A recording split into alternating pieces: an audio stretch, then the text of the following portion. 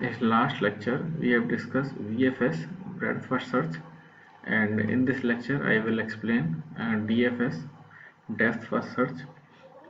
The difference between the VFS and DFS is in VFS, we used to traverse the vertices in breadth, like the adjacent of a node will be traversed first, and after traversing all the adjacent, the next level of adjacent will be traversed.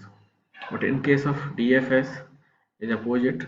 We traverse the adjacent, we traverse the one adjacent of a node, and then we do not traverse the another adjacent of the previous node while we traverse the adjacent of the first traverse node.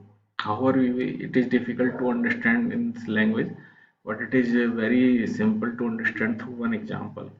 So here this is one example shown over here, and this is a one graph you can see over here. Here the multiple nodes, multiple vertices, these are connected to each other through the edges, right? This is a directed graph. So if we start to traverse all the vertices starting from edge, then we will see the traversal. So first we will insert this edge into the stack, or this edge is pushed up into the stack, and we'll find out what are the adjacent of edge. So here the adjacent of edge is A.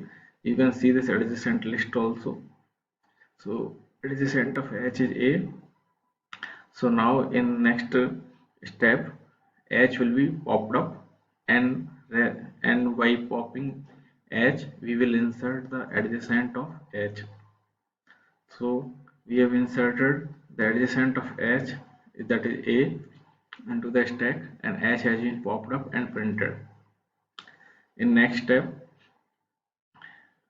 A will be popped up and printed, and the adjacent of A will be pushed up. The adjacent of A are B and D. You can see over here also B and D.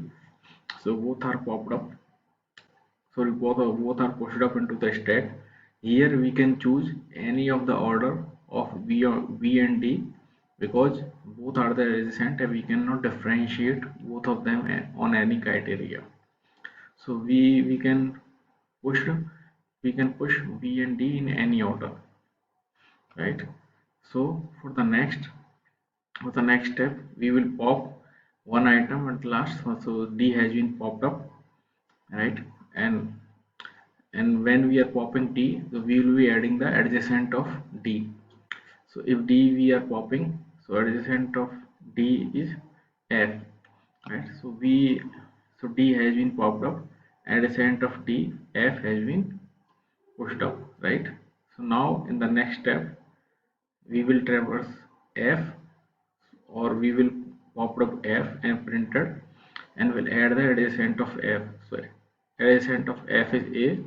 So here A already has been visited, so that's why no need to adding. So we just print F.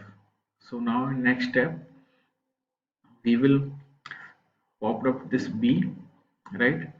B will be popped up, and the adjacent of B are C and F, right? Adjacent of B are C and F.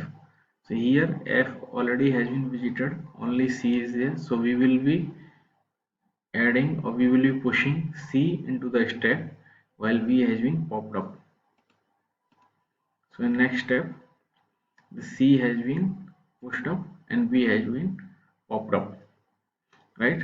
So in the next step, we traverse C has been printed, and the adjacent of C are E, G and H.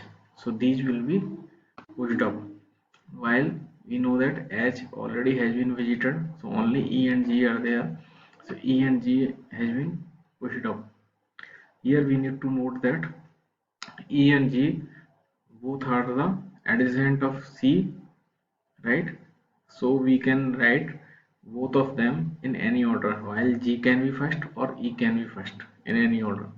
So anyway, we have written both of them, and now we will be popping up G. G will be printed, and the adjacent of G is H, that all H and E both are already visited, so that's why we will not add up.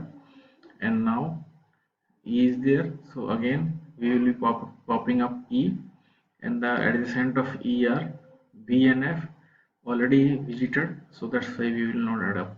So now this E will be popped up and the stack will be empty. So now we cannot add any more item in the stack, so that's why we have visited all the items. So now this will be the traversal of all the items using DFS.